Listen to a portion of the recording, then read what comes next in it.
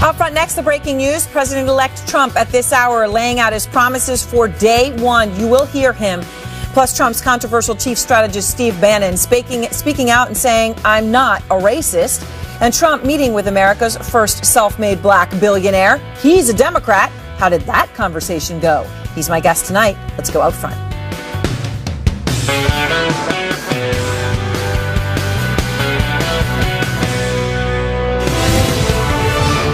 I'm Erin Burnett. Out front tonight, the breaking news. Trump releasing a new video. His first policy statement since his trip to the White House just after the election.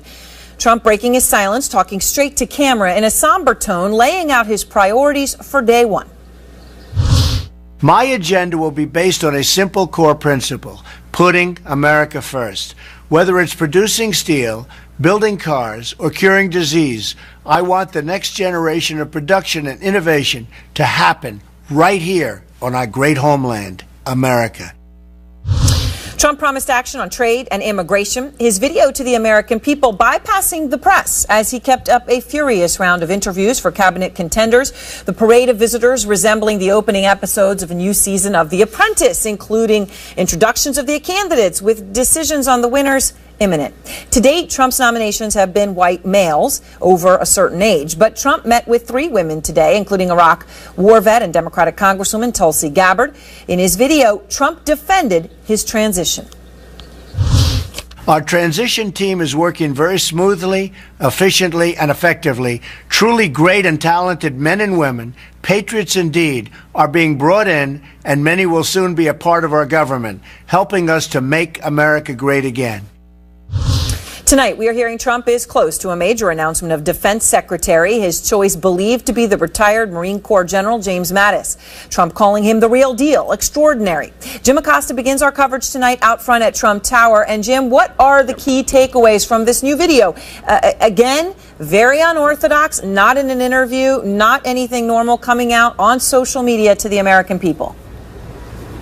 Right, but vintage Donald Trump, I think that's one of the takeaways, Aaron. But, you know, one of the things that we should point out in that video that Donald Trump expects in his first 100 days as one of his first executive actions is to officially pull out of the Trans-Pacific trade deal. That was the trade deal with a number of Asian and Pacific Rim countries that President Obama had basically failed to bring to the finish line during his presidency. That act alone could actually elevate China's presence in Asia. And actually, China's president earlier today was saying that now they're going to take the leadership on trade in that region because the TPP is dead. What was also notable, Aaron, was what was missing in that video. No mention of a wall, no mention of repealing Obamacare. That's an indication that now the president-elect understands those 2 pieces of business might be a little bit tougher to deliver. Yeah. Talking about visa policy, but not a wall. And there was a lot of activity where you are today from the transition team, Jim.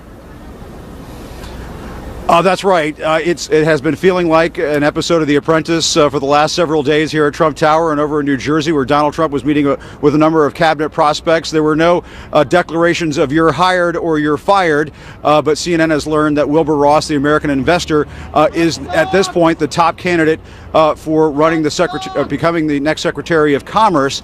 But Aaron, this is obviously not fully baked yet, and we are hearing rumblings that we could see his economic team rolled out tomorrow. But no word yet whether or not Donald Trump will hold a press conference. He hasn't done that yet since winning the election. If he goes on vacation down to Mar-a-Lago tomorrow without holding a press conference, that means we'll be into next week before the president-elect starts taking questions from reporters. That's another big indication that they know there are lots of questions out there for this new president. There are a lot of questions, and right now, as you say, doing it his own way via this video. Thank you, Jim. Jessica Schneider's out front now. And Jessica, the other big announcement we are waiting for from Team Trump, of course, is Secretary of State. It appears the 2 top contenders are now the loyalist Giuliani versus what is safe to say Trump's extremely bitter rival Mitt Romney. Yeah, you know, Aaron, this essentially comes down to fierce loyalist versus that critic maybe now making nice. Mitt Romney is under active consideration for Secretary of State, but now it appears there may be some hurdles to clear. Sources are telling CNN that Donald Trump and Mitt Romney may need to work out some differences before any nomination for Secretary of State could be forthcoming. Of course, Mitt Romney, a fierce opponent and critic of Donald Trump, memorably back in March, going on that 20-minute tirade against Trump, calling calling him a phony and a fraud. But of course, this weekend over in Bedminster, Donald Trump and Mitt Romney meeting for more than an hour. It's a meeting that both sides said was productive and cordial and substantive. But then, of course, there's Rudy Giuliani. His name continues to linger. In fact, his was one of the first names that was mentioned as Secretary of State. The former mayor of New York has been a fierce loyalist, a staunch advocate, has stood by Donald Trump's side throughout this election. But of course, in the past week or so, some of his business dealings have come under question that have maybe diminished his prominence in that running for Secretary of State. So now some other considerations that's being talked about for Rudy Giuliani include Director of National Intelligence as well as Homeland Security Secretary.